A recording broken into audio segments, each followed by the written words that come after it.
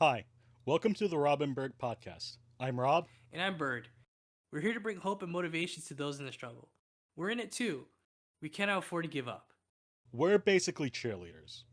The road to success will be hard, but we want you to know you're not alone. All right, well, let's get to it, Rob. What do we have diving into today's episode? Tell me, Bird, what inspires you to animate? Ooh, good one. I'd say Teenage Mutant Ninja Turtles. Yeah, and the X-Men back in the 90s, and watching some of the legendary animators of the day from like Disney, Nickelodeon, MTV. There were a lot of those, and the Cartoon Network was like a big thing, especially like Adult Swim and cartoons, if you remember that. So, other animations, those who came before you. Yeah. I mean, if I were to go deep cuts, it'd be the moment that like I saw uh uh Dragon Ball Z for the first time super early in the morning. It was like 6 something in the morning, and I woke up and watched the intro to that show, and I watched some old VHS tapes of Disney music videos, and they were like, I just couldn't believe how they could make something like that move and be alive. And I thought, like, I want to do that. Like, how do I make my drawings come to life? I mean, I guess I'm a bit different because I was mostly inspired by things like Star Wars, Star Trek, video games, things Mm. like that. Yeah, no, So, animation was not, it is a odd way to look at things, and at least with writing, you can make the argument. Like all these things still need writers. yeah. I like to think of writing like the scripts are like the blueprint of what you're going to do, like just animate or storyboard, etc. Those type of things. Um, but yeah, no, with animation, it's like I just found it wonderful that when I finally like, when you buy those DVDs in those days or VHS tapes, and then you go straight and you see special features, and you're like, for the first time, you're like, "What's that?" And you check it out, and you get to see a little of the inner workings of the production. Like, were you the type that was excited to see that? Because to me, that was what inspired me. I was like, "Wow, I get to get a glance at how it's done because I have no idea how to do it." I think for me, it's just these stories, these fantasies, got me to think what what I dream to be in a way. Like there's always the thought, the stories of those little kids who want to be like a knight in shining armor or a cowboy or something like that. Oh, I see. Yeah. Yeah, those came up in mind too as a kid. I mean, for me, I was just really stoked about the character origins and stuff. But then when I got to see what the artists did, and like the storyboard artists and the writers and the voice actors, seeing what they were doing, I was just so like in awe of the process. And for me, it's still like I'll watch the show, like say for example X-Men, uh, and I'd see all these animation scenes, and I'm just like, I believe it. It's so cool, and I see like my favorite characters like Nightcrawler and Gambit, Iceman. It's just I was always like, man, this is brought into life from this group of people behind it. And that's what fascinated me. And I was like, I gotta learn one day. I gotta learn how to do it. And then the moment I started seeing like an animator flipping through these pages and drawing between these pages, like in a pencil test room, right? Remember in our school? And I remember I've been there plenty of times. exactly, yeah. It's like seeing that for the first time, I was like, that's how they do it? I want to do that. And then didn't get there until until college. But I remember like drawing on in the back of my dad's office, like on these computer papers, drawing a Dragon Ball Z character, just like creating an energy ball and shooting it out. But in that's about it. It was like 6 drawings, so which is not enough to animate, but they were good enough for possibly keyframes. But yeah, I was I was one of those knight in shining armor kids that drew characters and fighting dragons or whatever. I mean that's still pretty cool. Still do it these days. Yeah, I mean, if anything, the stories that were told through this medium of animation, what's so great about it is like you could just draw and animate anything that your mind is trying to create. You're not limited to any other factors but your imagination, your ability to draw on a piece of paper. And like what I liked about it is that the medium was used to like obviously entertain, but to also tell a story about a hero's journey, and that sort. And if anything, I found it always inspirational seeing the characters, especially the ones that were left with little to nothing, and the odds stacked against them, and then you see the challenges they face ahead, and they face them on to the point where they reach that goal. And sometimes they reach, if anything, an enlightenment moment, and they see beyond the goal they're going for and to something greater. Everyone likes an underdog. But I mean that's essential part of the hero's journey is that I believe part of it is that the hero is figuratively, not always literally, but figuratively, they're supposed to die. And there's a period of rebirth where they've learned something new. And they return back to their home to slay that evil dragon or whatever. Yeah. I mean, you could say that's like the Luke Skywalker story. When he gets some training and then he realizes his friends are about to get murked by the bad guys, and then his mentors try to tell him no, don't do it, and then Well, loses it's his hand. when he's on Dagobah when he's confronted at the cave where he's learning about the dark side. Yeah. And there's a certain level of temptation and when he like there's like in one part like there's a quote unquote there's the figurative death where he cuts off his own head in the dream, and then Yeah. he goes and then he there's another moment where he's on Bespin and his hand gets cut off and then he has to fall into the pit. Yeah. I mean, that's the one I remember too. Like when he just decides to fall, and luckily his friends pick him up.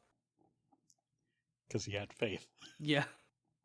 But it's like he it cost that was like a big lesson for his character, like and then alongside that losing his hand, it's like damn. But he does become stronger afterwards and more, that much wiser. There's something very oddly liberating about creating a character, and most people when they first create their character they imagine themselves in it, and I'll have to admit that the character that I want to write for my story, he's once upon a time a he was based off of me, but because I've gone through the creation process of him so many times, he's turned into something else. You can still see that anyone who truly knows me can see, oh, I see how he's Rob, but at the same time he has quite a lot of differences as well. He's had, like, for instance, he's had a rough life. I haven't. But the the satisfying thing is once you've acknowledged this character is not you, there's an odd liberation about putting your character through such grand turmoils and seeing how they get through the other side. And sometimes they might not make it. Yeah. It's yeah, actually it reminds me too, like a character that doesn't make it, but um in a way like finds out where he's at and what he's been put through. I don't know if you I don't think you probably watched it, but it was like the Animatrix. You ever heard about that? I've heard of it. I don't think I've watched it. Well, like one of the stories is like is this detective, he does all these like, he's really good, he solves really deep like terrible crimes and finds these guys out, but he gets put on one where he's looking for this person under a code name. Eventually finds out it's I think if I remember correctly, Trinity. And even though he finds out who she is, who that it's a woman, he also finds out like what she is really trying to do, and is trying to like find, I think, Neo, or I forget the point of the story, but something that she's trying to do that's good, and realizes he's in the bad side. And so then one of the agents on the bad side ends up slowly taking over his body, and either way he's going to die, but he finds out, the truth of his situation. Had he not gone through that unfortunate event, of course it cost his life, but he would have not known that he was part of something that was controlling him completely.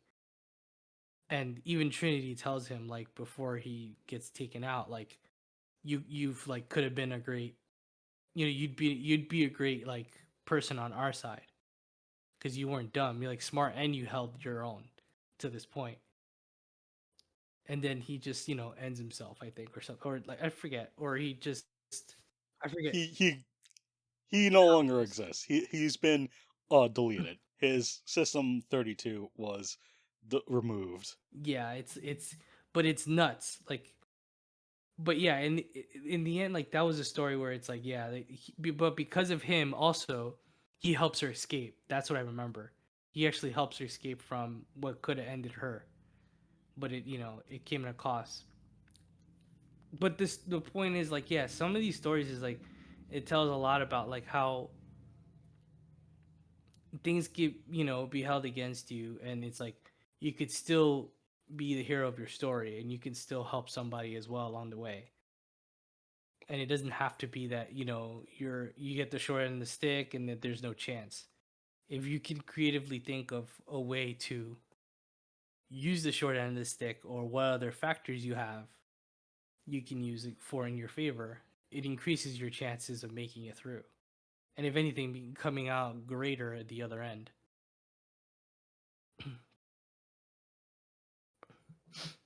But yeah, it's for me, like, animation is one of those mediums that I'd say, for me and my story, it's I had a rough upbringing, but it just, it gave me that like hope for a better future, in the sense that if I tried, because I knew I could draw, I put it into practice more and more every time, and eventually I got out of the situation I was in. I did manage to get it to a degree, and I was becoming more independent and doing what I love, which is, animating and doing storyboards. I think that for me, the thing that gets me really interested these days um, is the complexity of life. That not everything is such simple black and white. Sometimes you need to do certain things that aren't favorable to do the right thing, whatever that means. Um, Yeah. so I know for me, like, I think it's important that stories, especially these days, that stories have a happy ending.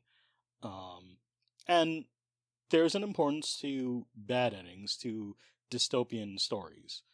But me, I love bittersweet endings where it's not quite a victory and it's not quite a loss, but something major happens Mm. that changes life for either the characters or the world or something. Yeah. If anything, like one good one too is I don't know if you've seen it. One of the Miyazaki films, um, Princess Mononoke, and it's like that one is sort of bittersweet because, like as you mentioned, something major does a major event happens in the end, but it's like all the sides that were existing against each other, like they're all fighting for their beliefs of how to save their world or their side of the world, but it all came at a cost when they kind of became in conflict with each other. Like they all had a lesson to learn. Like they're the people, there were the animals, and then there were the townsfolk that was building their own village of iron and coal, and it polluted the land. And there were the opportunists that were trying to kill a forest god that the animals respected and would never mess with. But then the others were challenging it. They wanted it out of the way because they didn't want it to challenge their growth of their industry and all that. But I would say in that it's like they all fight, and then all of a sudden, you know, the forest god ends up getting almost killed. But in that situation, like it starts to stop. It goes after looking for a part of itself that's missing, but as it's doing that, it's destroying the land on both ends. And until they finally get it to let itself put together, it starts to bring back their lands. But they all notice like how if they keep coming in conflict with each other, they both have a lot more to lose than to gain when one is taken out. It's more of like they had to learn to share the world that they want. Like they had to learn to adhere to that balance. I think stories is a great way. It's a great opportunity to learn and to teach, um, because you have an idea on how things ought to be, but through your exploration of that, you also, if you're writing a good story, I believe, you're also exploring alternative viewpoints. I think that that's one of the reasons why Star Trek was so popular is because you have all these characters that have their own voice, their own perspective, and they all conflict with each other. But at the end of the day, they cooperate with each other. They figure out the proper solution, and they make they figure out a plan to make sure to solve the episodic problem. Having said that, Yeah. Deep Space Nine is completely different, Yeah, but yeah. That's what I watched when I was younger. When was it on UP? Back when it was called the Channel 9, UPN 9. They used to have they used to have that Deep Space Nine on that channel at night, and I would watch that after dinner. But yeah, that was a good show. but maybe like maybe if those shows aren't your thing, maybe there's many lessons that life has to teach you. Like go out and do something. Well, I was gonna say that, yeah, that there are some great films, even if it's not animation. Um, like for example, the film There Will Be Blood. That one I found so like it just really deep of a film to me, but it's a whole nother thing. I mean, I probably wouldn't go into it too much in this talk because it's long, but it's one of those films where you you don't get the exact ending you think it'd be, and you'd be surprised, but also like that's pretty crazy and cool at the same time, and kind of like, oh man, that's messed up, but I can see why these things are happening to the characters. That's a western, right? Yeah, yeah. It's like about this this guy who started an oil company, try to oil drill, but it's like so many factors happen, of course, with his company and the people that get associated with his company and hear about him, and once he's growing and everything, and he ends up taking a child as well. It's a lot of stuff. It's crazy, and you're just like you. It reminds you that these are just people. They're not going to be like this idealized version of what you want them to be.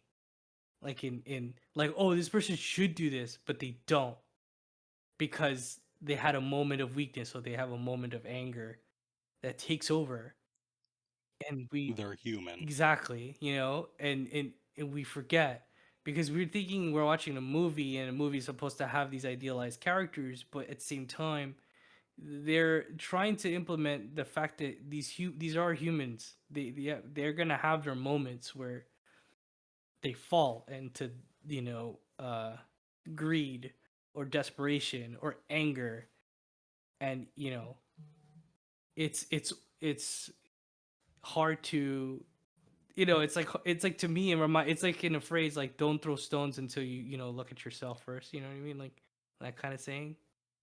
Everyone thinks of the good, the bad, and the ugly as the ideal Western. For me, its predecessor. Was it For a Few Dollars More? Oh, I remember that About one. Yeah. two bounty hunters trying to collect on a bounty, except that it's not that simple. There's backstories and plots Yeah, of revenge. they have their own motivations, and you start to understand why they're doing what they're doing the way that they're doing it. Yeah, that that final scene, that showdown, Mm-hmm. it's so emotional, and they're just all that's happening is they're just standing there looking at each other Yeah. as the guy opens up the pocket watch and says, "When the chimes end, pick up your gun." Yeah. Yeah. And it just the pocket watch just plays that sad, melancholic theme that resonates throughout the entire film. Yeah. It's kind of nuts. I just kept thinking, man, these guys are throwing their lives in just a fraction of a second. Like, like, and it just gets tense. But there's a reason. Yeah. I think that one of the things is people, and perhaps especially artists these days, is that maybe we like to think we're above it all. But Wait, we're not? I think that Okay. I think that perhaps in not exploring as in like trying to understand, not actually engage with it, not actually do the things that it tells you, but to understand why people do the dark things that they do. Oh, dude. Then Yeah. you have your story. A famous show creator and animator walked into. I think I told you this before. When we were in school, I was in the pencil test room, and I was shooting a scene where for my thesis film where a character is reaching out to his friend. They're like two soldiers, and one is shot, and the medic is above him, and it's a low end shot of worm's eye view of the soldier just reaching out to his friend on the floor, and this famous guy walks over it, and he sees a glimpse of what I'm doing, and he goes, "You're doing that?" And I was like, "Yeah, yeah." He's like, "Can I see?" He goes, I'm like, "Sure." And I was nervous as heck because I knew who this guy was, and he's just like, "This is cool." He was like, what is he trying to do? Is he trying to reach out to someone? And I was like, "Yeah, he is." And he goes, "Hmm." And then he goes, "Okay, I need you to act this out." And I was like, "What?" And then he's like, "You're gonna act it out." And I was like, okay, sure." And I was confused. And I realized like he taught me that I need to act out my scenes more to really get the emotion out. Because he's like, it's the action is there, some emotion is there, but it needs to have more of the reaching out, like the hands coming into the camera. And then Yeah, it's it I was think it's important yeah. for artists to like there like I imagine a lot of artists listen to music, and if a certain bit of music makes you feel a certain way, that's important. I know that I've had scenes that I've written, and I was actually crying while I was writing it. So, and it wasn't something that was exactly a one to one to the scene that I was writing, but I was able to invoke the emotions of loss, of despair. It's not the same as what my scene was, but it was something like it was probably like I don't remember the song, but it was probably like something from Sabaton where even though my story for this character it wasn't anything with war, but Sabaton sings a lot about war, and a lot of the songs are, if you listen to it and you try to listen to it with your heart, you can get the emotion that they try to portray. Mm. Yeah, that's the thing. It's good that you allow yourself to do that because it's like a lot of this stuff. I mean, the way I see as an artist that we're like in a way observers of us as people and everyone else. Not you should never think yourself like above other people because you're an artist.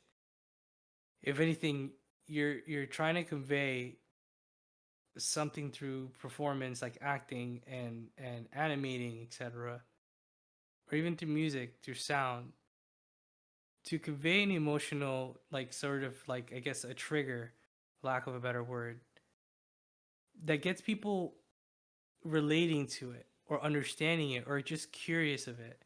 And that is what, like, if anything, if you're able to do that, then you're doing it right, I think. Because like if you think you're a genius just because you could draw or do something, like forget it. Like you're disconnecting yourself from the subject that you're trying to present to those, to see it or to listen to it. I think the fatal flaw, the desire, the temptation for artists is that they want to appear unique. But the problem is, art is supposed to be a reflection of life, and in order to be a reflection, you have to emulate it. And emulation automatically makes you not unique. If you want to be unique, just tell it the way that you want to tell it. It doesn't matter if the story or the drawing is unique. You'll figure it out. It'll come naturally because you in and of yourself are unique. If you have faith that you're unique, you don't need to try to be unique. You don't need to try to make your art unique. Wait, Rob, you're saying I'm not unique? No. What the heck, man? You hear that, everyone? Rob thinks I'm not unique. I'm hurt. No, it's true. It like I think of it like at the end of the day, you kind of just gotta do it your way, and if you want to tell the story, for yourself, and not get so caught up in, oh yeah, like I gotta match this level of professionalism because of how these guys are doing it. Eventually, you'll get your style to a point where it's refined, where it stands on its own foundational legs, where people will look at it and go, "It's that person's work," and that's how they've told the story. And a lot of things have been told before. You may even have moments where you're looking at your work and you're like, "How is this any different from what was told from this other film or that documentary?" Well, it's how you like at least the way I see it too is how you approach it in your way. And even if someone says totally stolen from, people are going to say you totally stealing from this person, and it's not only going to be true because only you will find out if you're really pulling from your own influences and also things you follow along. But as long as you approach it your way, that's all that matters. There's going to be a difference.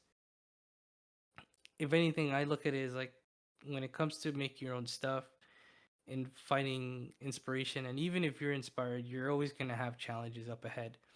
But to never forget what's inspired you to make what you want to make and move forward with that. Like not forgetting that, and use references all the time to remind you and also make you realize like, okay, this is what I want to do. It's I definitely, and even if whatever you're making might even evolve to something greater, and that's okay because that's part of the growing process of what inspires you in making what you want to make. Nothing is impossible. The word itself says, I'm possible. So says Audrey Hepburn. Hey there, just want to quickly say thank you so much for listening to our episode. It means a lot to hear from you guys, so we'd really like to know if what we're putting out here is helpful in any way. And if you have questions or even points to bring out, please let us know. Again, thank you so much for listening, guys. Please, if you're into it, like, share, and subscribe our stuff. We really appreciate it if you got the time. And all the best. Thank you.